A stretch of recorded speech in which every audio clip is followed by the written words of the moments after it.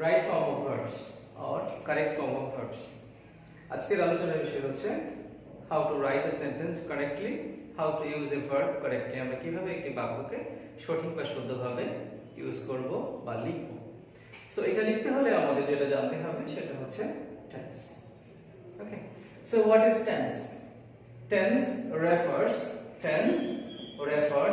time of an action. অর্থাৎ একটি কাজের সময় অথবা কাজের সময় এবং state of an action, কাজের অবস্থা। সো আমরা জানি কাজের সময় কয় রকম হতে পারে। আমরা সময় জানি তিন রকম হতে পারে, একটা বর্তমান,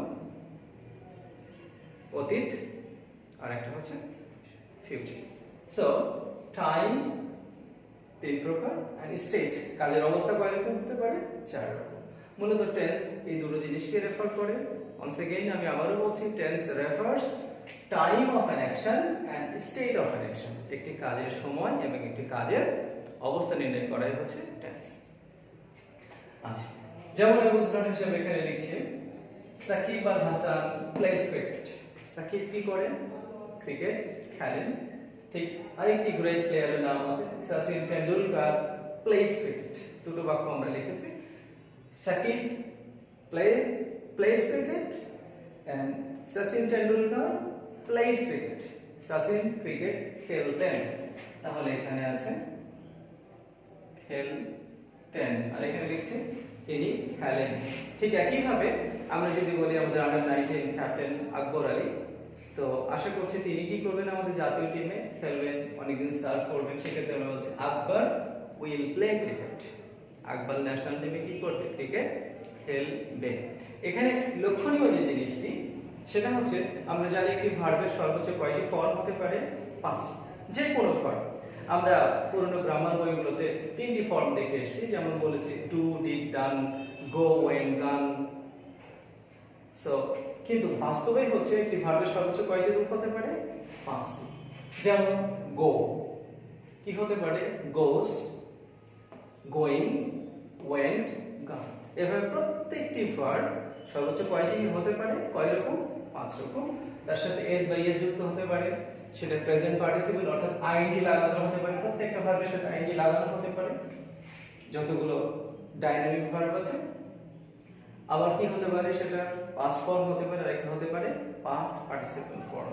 সো আমাদের রাইট ফর্ম অফ ভার্বস এর মূল বিষয়টা হচ্ছে এই যে 5টি ফর্ম আছে একটি ভার্বের, 5টি ফর্ম। এই 5টি ফর্মের কোন ফর্মটি আমরা কখন ব্যবহার করব। তাহলে যদি কোনো বাক্য আমরা আমাদের অতীতকে রেফার করি, তাহলে সবসময় কোন ফর্মটা ইউজ করব আমরা? ভার্বের পাস্ট ফর্ম। যেমন আই ওয়েন্ট টু কলেজ, আমি কলেজে গিয়েছিলাম। আই কল্ড ইউ, আমি তোমাকে ফোন দিয়েছিলাম। আই হেল্পড ইউ, আমি তোমাকে সাহায্য করেছিলাম। I received your message, I received your phone call, আমি তোমার ফোন রিসিভ করেছিলাম। সো যেই কাজটা আমরা করেছিলাম সেগুলো অবশ্যই কোন টেন্সে যাবে, কোন ফর্মে যাবে ভার্বে? অবশ্যই সেটা যাবে পাস্ট ফর্মে। ওকে, সো তাহলে আমরা কাজের সময় বলছি কয় প্রকার? 3 প্রকার, প্রেজেন্ট, পাস্ট। কিন্তু মজার ব্যাপারটা হচ্ছে যে ভার্বের ফর্ম আমরা পেয়ে থাকি মূলত টেন্সের জন্য 2 প্রকার। একটা হচ্ছে প্রেজেন্টের ফর্ম আর একটা হচ্ছে পাস্টের ফর্ম। ফিউচারের জন্য ভার্বের আলাদা কোনো ফর্ম ইউজ করার প্রয়োজন পড়ে না, তো আমরা করি না। সেক্ষেত্রে আমরা কি ব্যবহার করতে পারি? একটা শুধু মডাল, সেটা হচ্ছে শ্যাল অথবা উইল। এগুলো ব্যবহার করে আমরা একটি ভার্বকে বা একটি কাজকে ফিউচার বা ভবিষ্যতে রেফার করি। যেমন আমি তোমাকে ফোন দিব, আই উইল কল ইউ, আমি তোমাকে কি করব? ফোন করব। আমি তোমার সাথে সাক্ষাৎ করব, আই উইল মিট ইউ, আমি তোমার সাথে কি করব? সাক্ষাৎ করব। ওকে, তো যাই হোক, তাহলে ভার্বের সময় পাচ্ছি আমরা কয় প্রকার?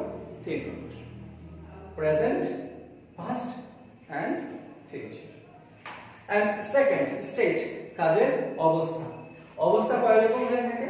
আমরা জানি কাজের অবস্থা কয় রকম হতে পারে? সর্বোচ্চ 4 রকম। যেমন আই টেক টি, আমি চা খাই। মাই ফাদার টেক্স টি, আমার বাবা কি করেন? চা খান। মাই মাদার কুকস ফুড, মা কি করেন? খাবার রান্না করেন। ওকে, মিনা ড্রস পিকচার, মিনা কি করে? ছবি আঁকে। হি পেইন্টস পিকচার, সে কি করে? ছবি অঙ্কন করে। তো যাই হোক, কিন্তু যখন আমি কোনো কাজ করিতেছি, কোনো কাজ ফর এক্সাম্পল আমি চা খাই, আবার বলছি যখন আমি চায়ের কাপ নিয়ে বসেছি, কেউ আমাকে ফোন দিয়েছে, তখন আমি কি বলবো? আপনি কোথায় আছেন? বলছি আমি চা খাইতেছি। কাজটা কোন অবস্থায় আছে তখন? অবশ্যই চলমান অবস্থায় আছে। তো যেই কাজগুলো চলতেছে, আমি কলেজে যাইতেছি, তখন কি বলছি? I am going to college. আমি কলেজে যাইতেছি। আই এম কামিং, আমি আসতেছি। I am waiting for you, আমি তোমার জন্য অপেক্ষা করছি। বাকিগুলো কিভাবে লিখছি আমরা? সাবজেক্টের পরে এগুলোতে কি থাকছে? am, is, are। এগুলো হচ্ছে অক্সিলারি ভার্ব, এন্ড মূল ভার্বের সাথে কি লাগাতে হবে? ing। yes, I am listening, আমি কি করছি? শুনিতেছি। I am walking, আমি কি করছি? হাঁটতেছি। My mom is cooking, মা কি করছে? রান্না করছে। Mina is reading books, Mina কি করছে? বই পড়তেছে। হাসান is playing, হাসান কি করছে? খেলিতেছে। সো যে কাজগুলো চলতেছে, কাজটা কোন অবস্থায় আমরা বলেছি? চলমান অবস্থা। সেক্ষেত্রে আমরা একটা ছোট অ্যারো দিয়ে বোঝাচ্ছি, অ্যারো। কাজটা কোন অবস্থায় আছে? চলন্ত অবস্থায়। তো চলন্ত অবস্থায় যতগুলো কাজ হবে সেগুলো লিখতে হবে কিভাবে? সাবজেক্টের পরে কি বসবে? am, is অথবা are, মূল ভার্বের সাথে হবে ing। দেন যখন কোনো কাজ চলে তারপরে শেষ হবে, যেমন আমি চা খাচ্ছিলাম কিছুক্ষণ আগে, খাওয়া শেষ, তারপর একটা ফোন আসলো।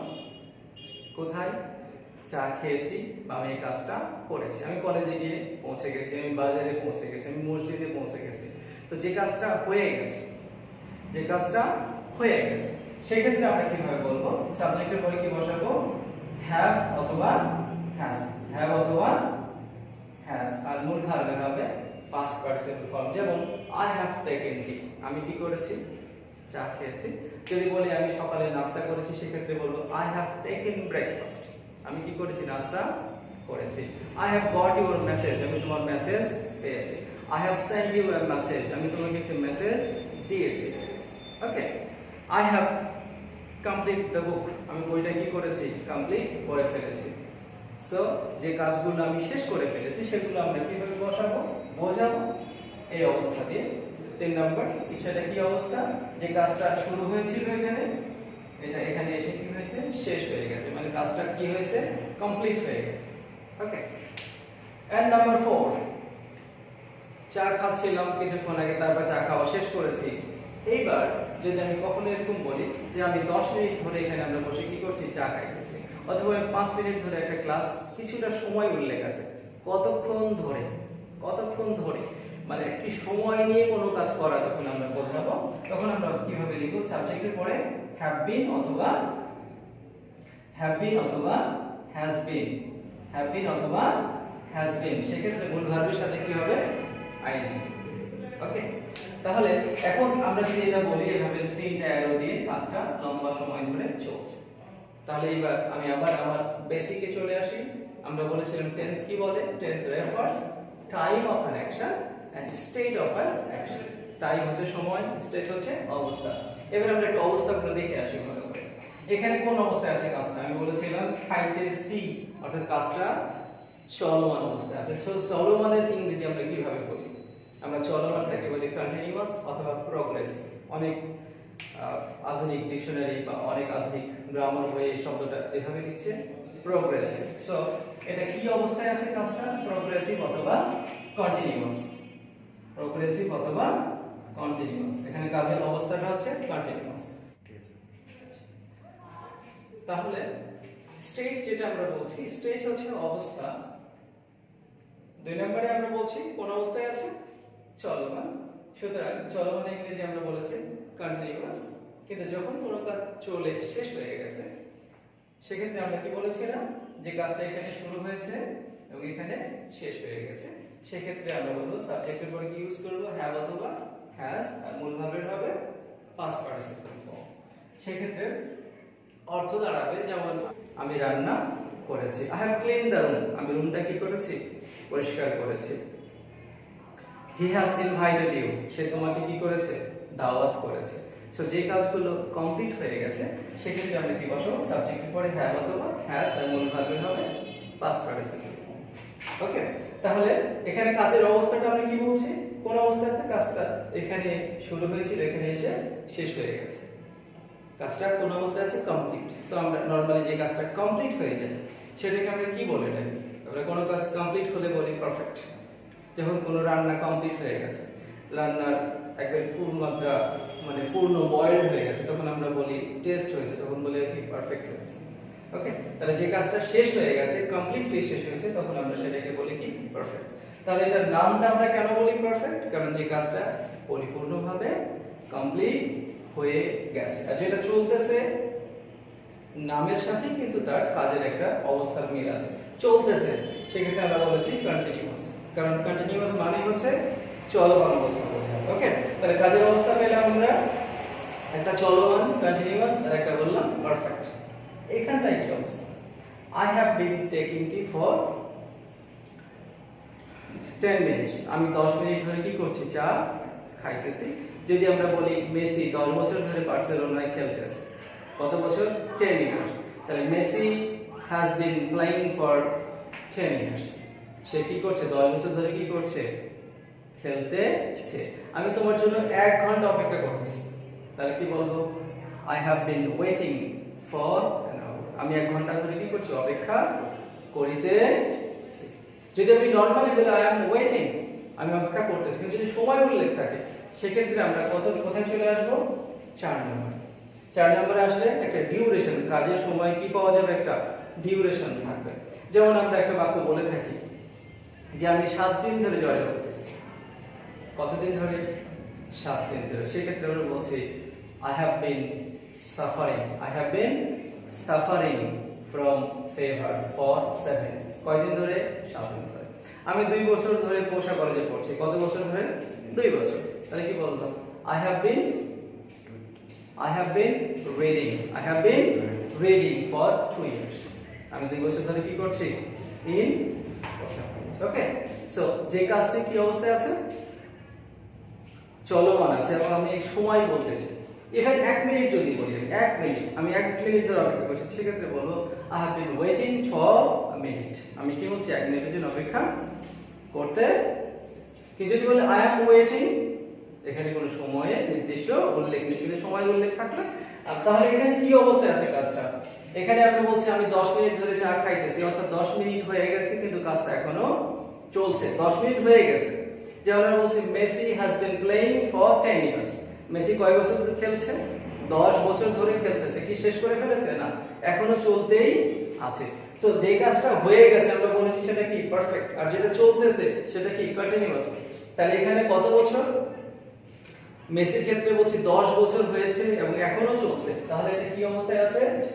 পারফেক্ট এবং কন্টিনিউয়াস, দুই অবস্থায় এখানে আছে। কিছুটা হয়ে গেছে এবং এখনো চলতেই আছে। সুতরাং আমরা কাজের অবস্থা কয় রকম পেলাম?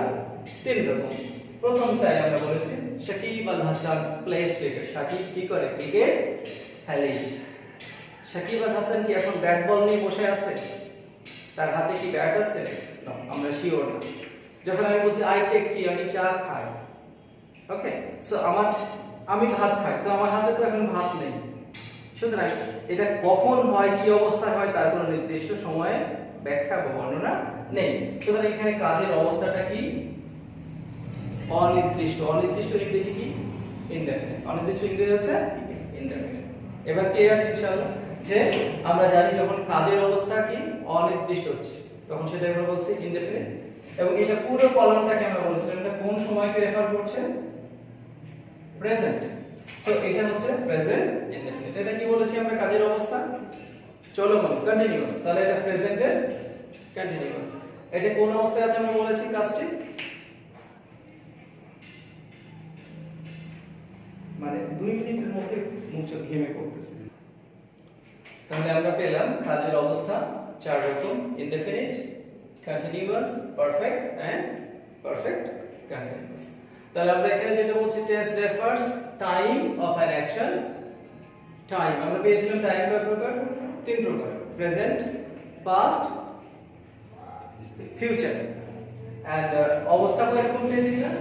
4 রকম: indefinite, continuous, perfect, perfect continuous. So আমাদের পরীক্ষায় যেটা হবে আমরা একটা জিনিস খেয়াল করব যে আমাদের বাক্যের শেষে ওরা যেটা করবে, যেমন কিছু ইন্ডিকেটর দেবে, নাও অথবা at this moment, এরকম কিছু সিগন্যাল আমাদের দেবে। যদি কোনো বাক্যের শেষে নাও অথবা অ্যাট দিস মোমেন্ট থাকে তাহলে আমাদেরকে প্রগ্রেসিভ অ্যাসপেক্টে যেতে হবে। যদি কোনো বাক্যে আমরা এরকম দেখি রেগুলারলি, এভরিডে, often,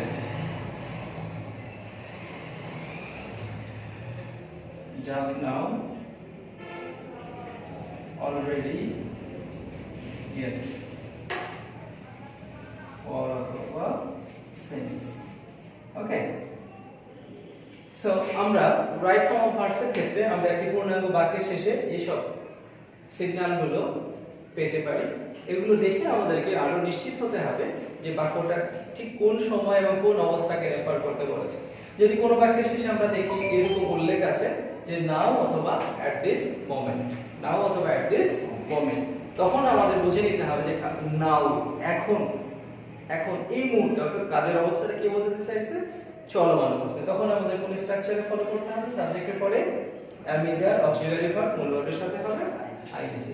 যদি আমরা কোনো বাক্যের শেষে কোন বাক্যের মধ্যে এরকম একটা ক্লু পাই যে রেগুলারলি, প্রতিদিন, every day, often, okay, or every day, generally, naturally, usually এইসব বাক্য থাকে, সরি এইসব শব্দ থাকে, সেসব ক্ষেত্রে আমরা দেখব সেটা অবশ্যই কোন টেন্সে যাবে, present simple, present simple. So আমরা বেশিরভাগ বাক্য কিন্তু প্রেজেন্ট সিম্পল পাবো।